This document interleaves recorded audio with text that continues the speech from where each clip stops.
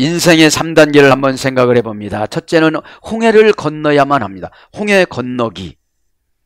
홍해 건너기는 예수 믿고 교회 나오는 거죠. 죄에서 탈출하는 것입니다. 세상적인 삶에서 탈출하는 겁니다. 애굽 신앙을 청산하는 겁니다. 함의 속성을 청산하는 것입니다. 함은 남 흉을 많이 보는 거거든요. 아버지 흉을 봐서 후손이 저주받은 거예요. 그 아버지의 그 아들이에요. 아들이 때로는 죄를 졌더라도 붙잡고 예수님 은혜 안에서 울어야지. 저주해버리니까 창세기 10장에 함의 후손들이 다 복은 맞는데 구원 바깥으로 가서 살아가요. 두 번째는 요단강을 건너가야만 합니다. 요단강 건너기.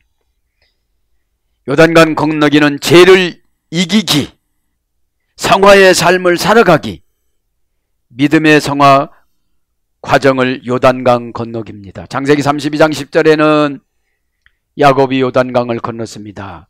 홍해는 아직 안 건넜습니다. 거기서 살았기 때문에. 홍해는 저와 여러분이 걷는 건데 모태신앙은 홍해를 이미 건너버렸고, 모태신앙이 아니신 분들은 홍해를 건너는 것이 그렇게 힘들어요. 교회에 나와서 헌금하는 거에 엄청 시험 들어요.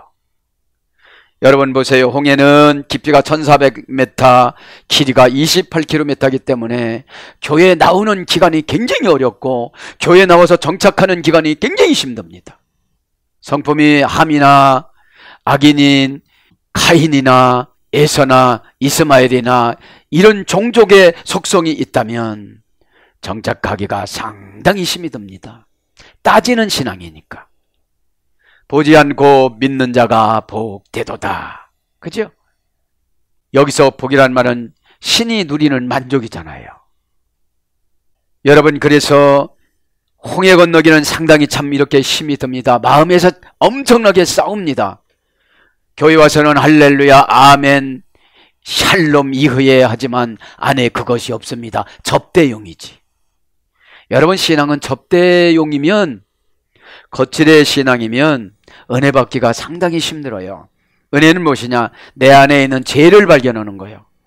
이 죄 때문에 이 죄가 여지까지 나를 끌고 살았구나. 죄는 루시퍼입니다. 여러분, 용이 괴롭힌다 그러면 이건 대단한 회개를 해야 돼요. 지금 야곱처럼 기도해야 돼요. 어디가 하나 부러지든지 나머지 인생에 내가 장애인으로 살아갈 테니 흔적을 주세요. 그 짓 할 때마다 장애인 증상이 나타나는 거거든요. 그래서 홍해 건너기란 죄에서 나오기란, 교회는 나올 수 있어요. 죄를 가지고 와요. 그러니까 홍해를 건너가는 기간이 길어요. 하루면 건너갔는데 8시간에 건너갔는데, 그래서 여러분, 홍해 건너가려면 좋은 지도자를 만나야 돼요. 모세라는 지도자가 별짓거리를 다 해도 모세는 사랑했어요. 야, 여기다가 다 죽일까? 하나님은 그러시는데, 하나님 여기까지 와서 죽이면 여기가 매장지가 되지 않겠습니까? 10개의 재앙 내린 것이 저들에게는 흉이 되어집니다, 하나님. 그리고 손을 들고, 그러니까 여러분, 지도자는 완전하지는 않지만 우인권을 주셨어요. 지도자의 자녀를 보지 마세요. 모세의 자녀는 형편없었습니다. 그러나 하나님의 은혜를 주셔서 잘 생활한 줄 믿습니다. 그 다음에 요단강은 길이가 320km입니다. 요단강은 저 히에론산에서, 헤르몬산에서 저 사해바다까지 320km인데 구불구불합니다. 그리고 우기와 건기가 딱 구분되어져 있습니다. 하나님은 언제 명령하느냐? 우기 때, 돈 없을 때, 힘들 때, 기분 나쁠 때, 상처받았을 때, 시험 들었을 때, 그때 요단강을 건너가라고 그러는데 야곱은 막대기가 벗겨였어요. 지파니까. 막대기라는 말이 나을 지파니까요. 그러나 요단강은 꼭 벗개를 메어야 저 아담읍에서 저 사해바다까지 약 30km가 갈라져요. 여러분, 법궤 안에는 하나님이 임재한 3가지 종류가 있잖아요. 아론의 쌍난 지팡이.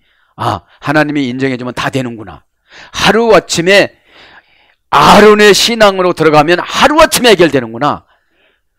말을 말라서 작대기였는데 여기서 잎이 나고 꽃이 피고 열매가 열어서 익어서 살구를 아침에 따먹을 수 있는 근거를 보여준 거예요. 11지파한테.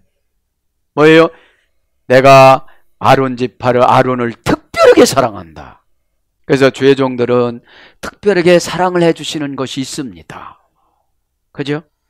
그래서 이 요단강은 우기와 건기로운데, 건기 때는 물이 잘 흐르지 않고 웅덩이만 있기 때문에 얼마든지 건너갈 수가 있는데, 요단강 쉽게 건너가는 방법은 60 가운데가 쉽게 건너가는 방법이고 어렵게 건너가는 방법은 28가지라고 나와요.